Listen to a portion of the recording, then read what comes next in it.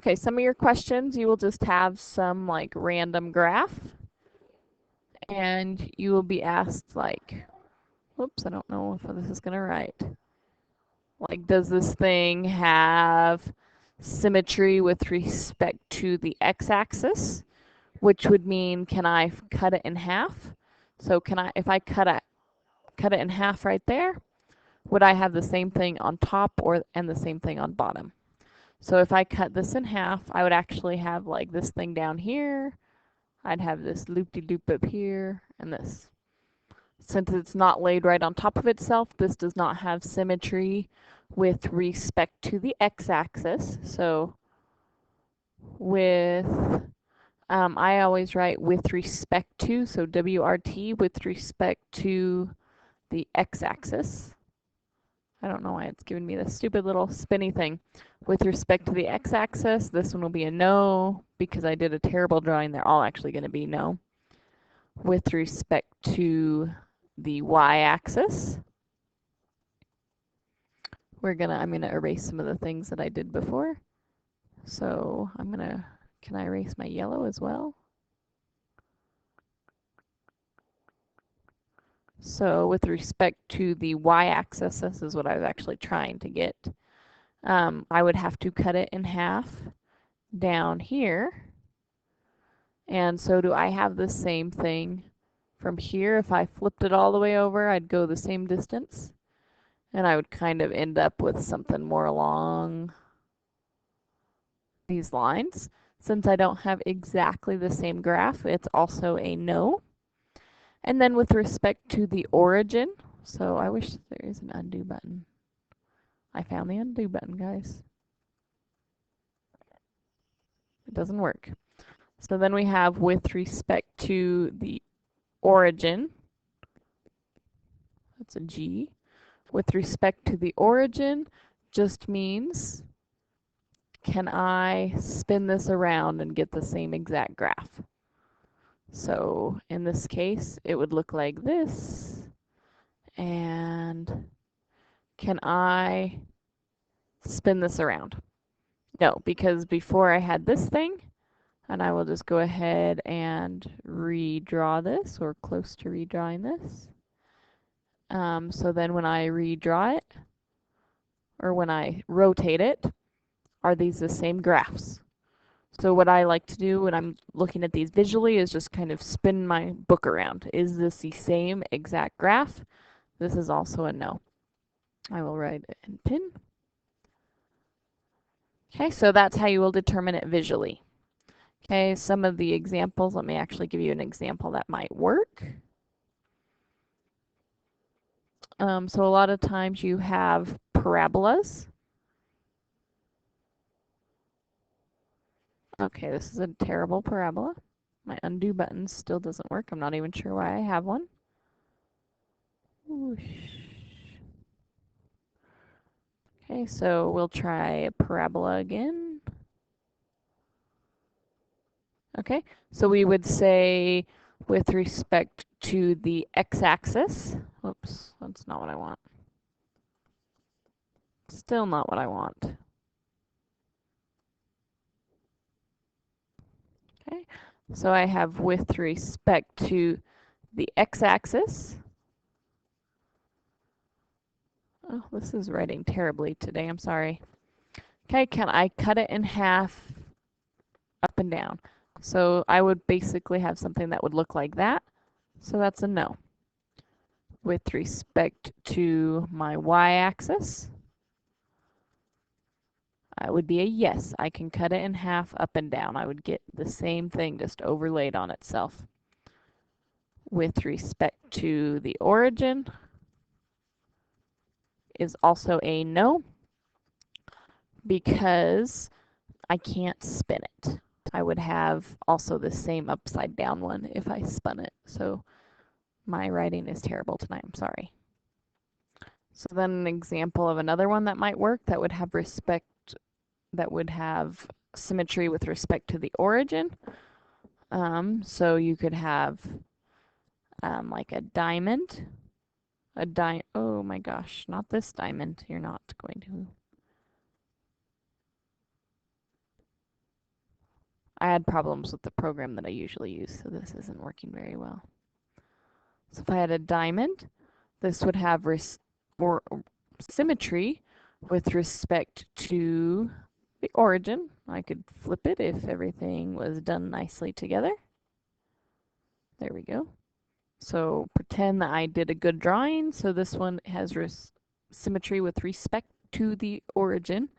So we would say like origin, yes. And you could probably, since it lists it in order, it says x-axis, y-axis, origin, you could probably just put like yes, semicolon, yes, semicolon, yes for an answer, because I would be able to cut it up and down and get the same thing, and I'd be able to cut it left and right and get the same thing. So like an answer for one like this might be like yes, yes, yes. Then your next group of questions says determine whether the graph is symmetric with respect to the x-axis, the y-axis, and the origin. So they might give you something like number 15. I don't want to give you because that's a multiple of 3. But how about number 16?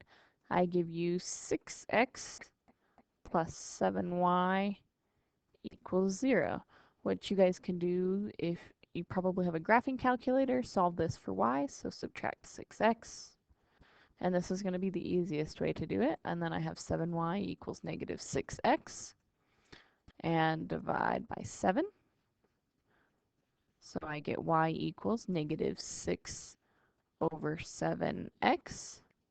And notice that I don't have any b here, so I just have my slope and my x. So we can plug that into your calculator. You go into your y equals menu, and you will have negative 6 divided by 7x. And I need to go in and make sure I get some parentheses just in case.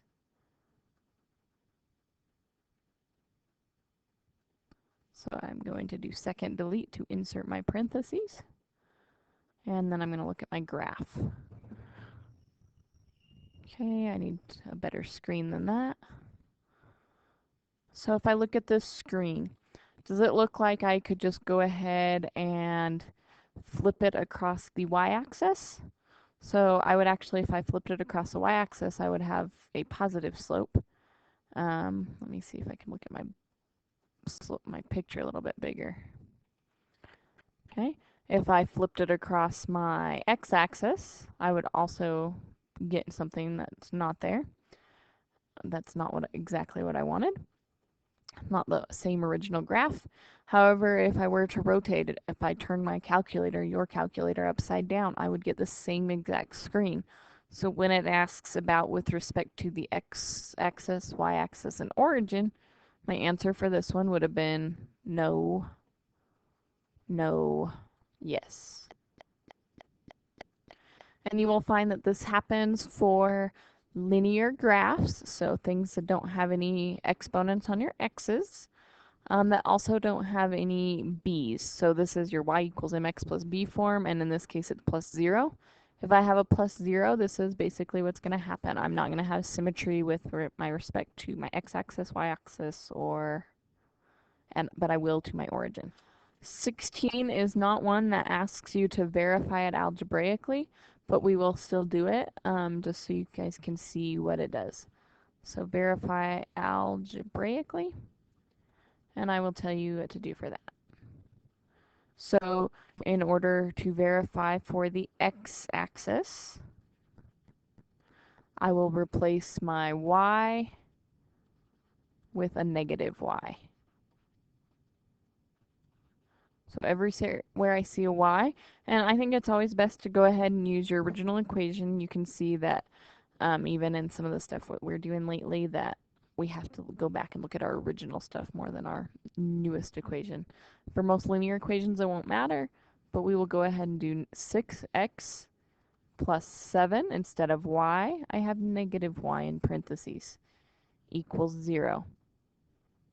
That will give me, when I multiply this negative sign throughout there, I will get 6x minus 7y equals 0. Our question is this the same thing as our original equation? So is 6x minus 7y equal to my original, which was 6x plus 7y.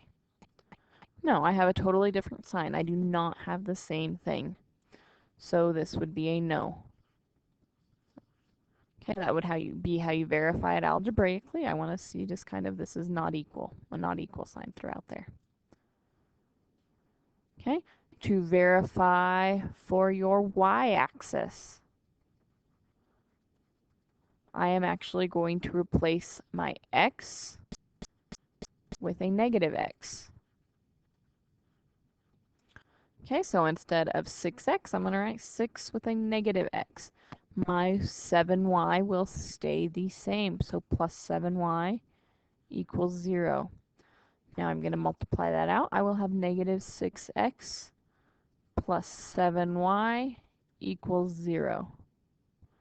Is that the same thing as 6x plus 7y? We're checking to see if it's the same thing. That's my version of a question mark. Is that the same thing as negative 6x plus 7y? And it is not, so this is a big no. Okay, and then in order to verify with respect to the origin, I really have no idea why it keeps doing all these funny symbols here. With respect to the origin, I replace x with negative x and y with negative y. Oops, that's a width. You guys are going to have a terrible time trying to read my writing, I'm sorry. With negative y. So when I go through and I do that, I have 6 times negative x plus 7 times negative y equals 0 still, my original stuff. I would have negative 6x minus 7y equals 0. I actually need to keep simplifying this because I can actually factor out a negative 1. So I have 6x plus 7y, when I factor out that negative 1, equals 0. Since I don't have any variables, what I'm going to do is I'm going to divide by negative 1. It's not going to change anything. I will have 6x plus 7y. And what do you get when you divide 0 by negative 1? I will just have 0 on this side. Now all I'm going to say is 6x plus 7y, the same as my original equation, has 6x plus 7y. And yes, it is, so I get a big yes for my answer. So again, my answers would be no, no, yes. But this would be your verification. I would need to see that much work for your verification as well. If something is symmetric with respect to, so symmetric with respect to the y-axis, we call it an even function. And please say function when you say it. Don't just say even. I know I get lazy, and I probably will even during this video, but it's an even function because there's also even degrees, and it gets very confusing when we say even, when we're talking about even degrees or even functions. When we say it has symmetric, when it's symmetric with respect to the y-axis, it's an even function. Okay. The other definition for that is f of x. It is the same. We get the same thing out when we plug in negative x. So I will give you an example of that. So just kind of looking back at our old screen, if I were to go down here, all it is saying that I would plug in negative x and I would get out exactly the same thing. Okay, and we also have odd functions, and those are symmetric with respect to the origin. That is called an odd function. Oh my gosh, my stuff is just awful tonight. I'm sorry. It is called an odd function. And that would just, if we were to get one that did that, it would actually, we would have plug in something, and what we would get out is the exact opposite of the original. So everything would be negative of what we would actually get. And if you actually notice back when we got to this one over here, when we did the symmetry to the origin, this thing, let me pick a different color to highlight it, or I can pick a highlighter. This is the negative of the original. We could also simplify it down so that we actually got the original, but this is the negative of the original. So if you want to think about it like that, that this is the negative of when I plugged in negative things. That just sounded worse, I think, than what it could have been. For an example, I'll do number 41, which is f of x equals 5x squared plus 2x to the fourth minus 1. Okay, so I could look at it on my graph to kind of decide what I want to do first. Okay, so I have on my graph 5x squared plus 2x to the fourth minus 1. I'm going to look at my graph. So I'm going to hit my graph button, and I'm going to wait for it. So it looks like it's probably, or it could possibly be symmetric to the y-axis, which would make it even. I can fold it in half and I'd have the same thing on both sides. I might zoom in just to do it. And it's going, you guys can determine it by looking at the graph. I'm not going to make sure you do it algebraically. Okay, so hopefully you have the graph. If not, you have to go through all the stuff that we just did. And also another way to tell if it's an even or an odd function is look at those powers. So I'm going to go back over here.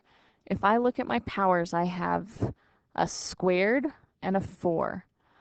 My power for my constant is really, I can think about it as x to the 0, because anything to the 0 power equals 1, and 1 times 1 will just be 1. So 1 times 1, we're good. That's still even. And think of 0 as an even power. So if it has a constant on it, it can be an even function. I have to make sure every single one of those powers is even. The way to tell if it's odd, so another example would be 43, and it just says f of x equals x to the 17th.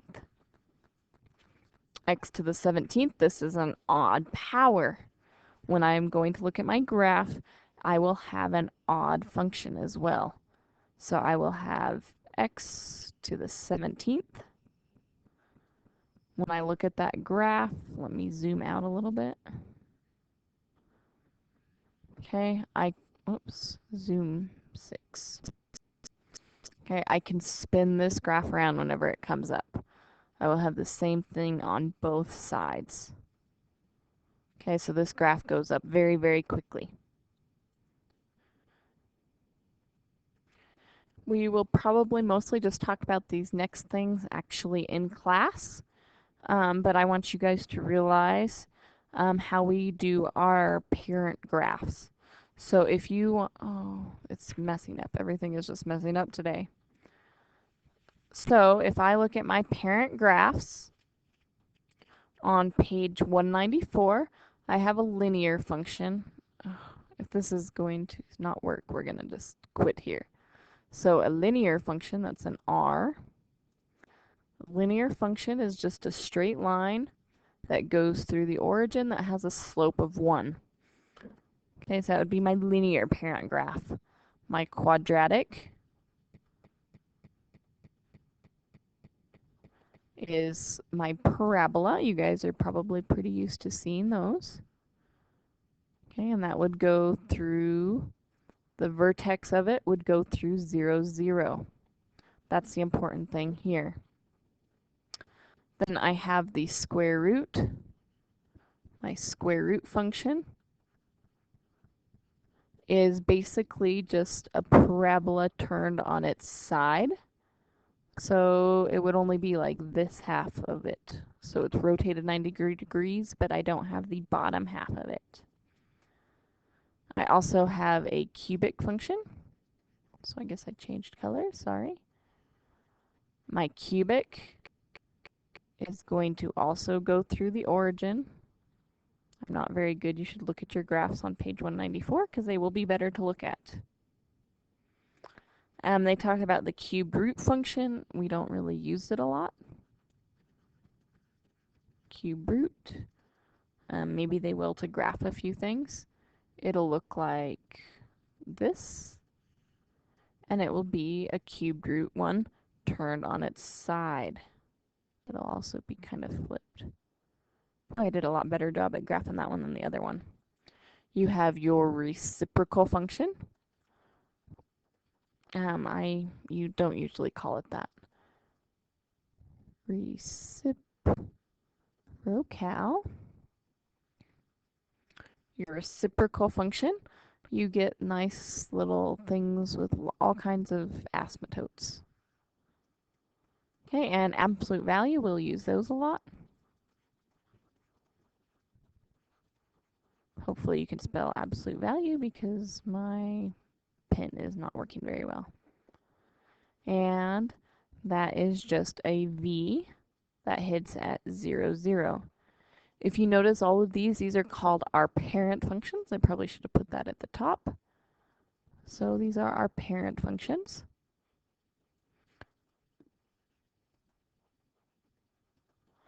And if you notice, they all go right through 0, 0. Okay, that is the one special, except for the reciprocal one because he's this crazy guy. Okay, all the rest of them all go right through 0, 0. So that's where we're going to make all our special points from.